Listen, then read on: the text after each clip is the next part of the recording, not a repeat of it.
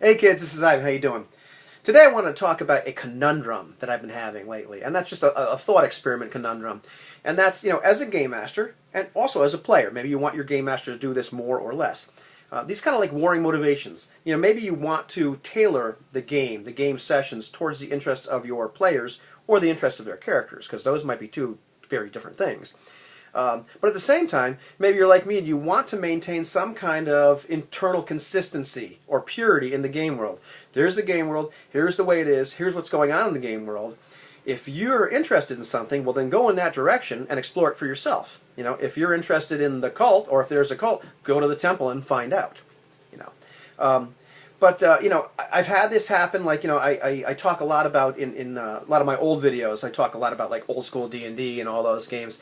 And I like to have this kind of internal game world consistency where I'm not making encounters or balanced encounters, to use that parlance, for the players or the player characters. In other words, they get the ogre lives where the ogre lives. The two-headed red dragon lives where the two-headed red dragon lives. If you're a party of low-level starting characters and you ignore all the warning signs and you blunder into the valley where the two-headed red dragon lives, well, you're probably going to die, right? But contrast that with, like, in our session 0, and I believe this is a very important part of this. You have to do this in any game. Sebastian brought to us this questionnaire. We're starting all-for-one regime diabolique. We're starting in the beginning of this year, and so he brings us this questionnaire, and so Francois and Anthony and I and Sebastian all answer these questions. Well, how much do we want to focus on swashbuckling and adventure? How much do we want to focus on the supernatural? How much do we want to focus on horror?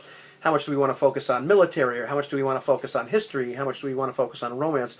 All the bits and pieces that make up the genre of swashbuckling or musketeers, because you can present that in a variety of ways. So it was kind of like an interest survey, and I believe that's very important. But after those initial sessions where you talk about that, then it becomes obvious. Sometimes players will start to say, "I'm interested in this. I want to explore this some more. I wish we were doing more of this or that." Sometimes the sessions in between the game sessions can be just as fun.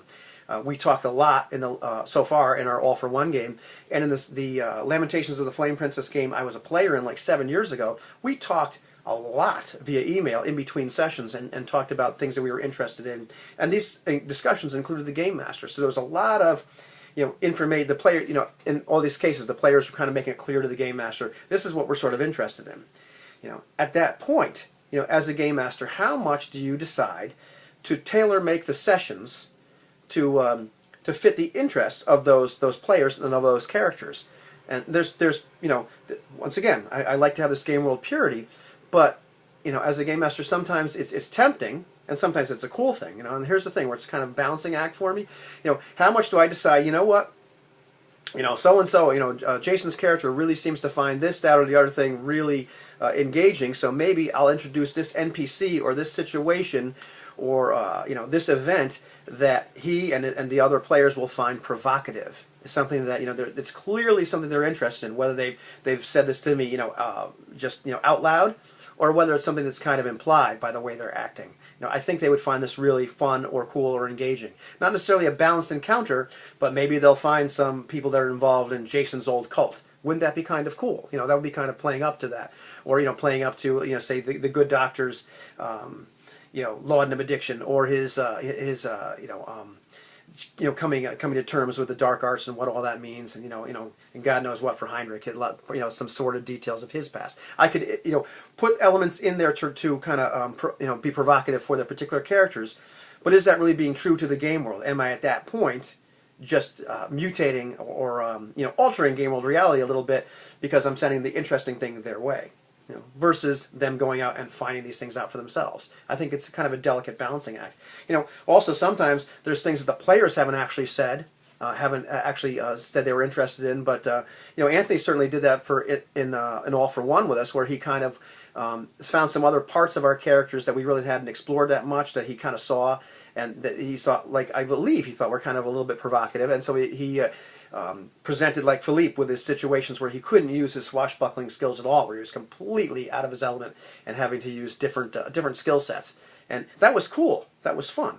But, at some point, I wondered to myself, once again, this is kind of a tightrope act, my conundrum. How much do I want to create scenarios specifically tailor-made towards those characters and those players, versus how much do I want to have a dynamic game world that we as players and player characters go explore.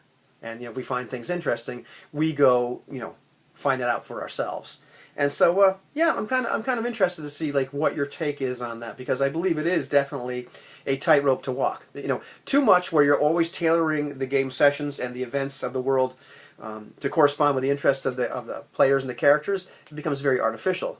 Too little, and all of a sudden, sometimes it turns out that the game session isn't necessarily what people signed up for, and they become bored. So, what's your take on all this? I'd like to hear it.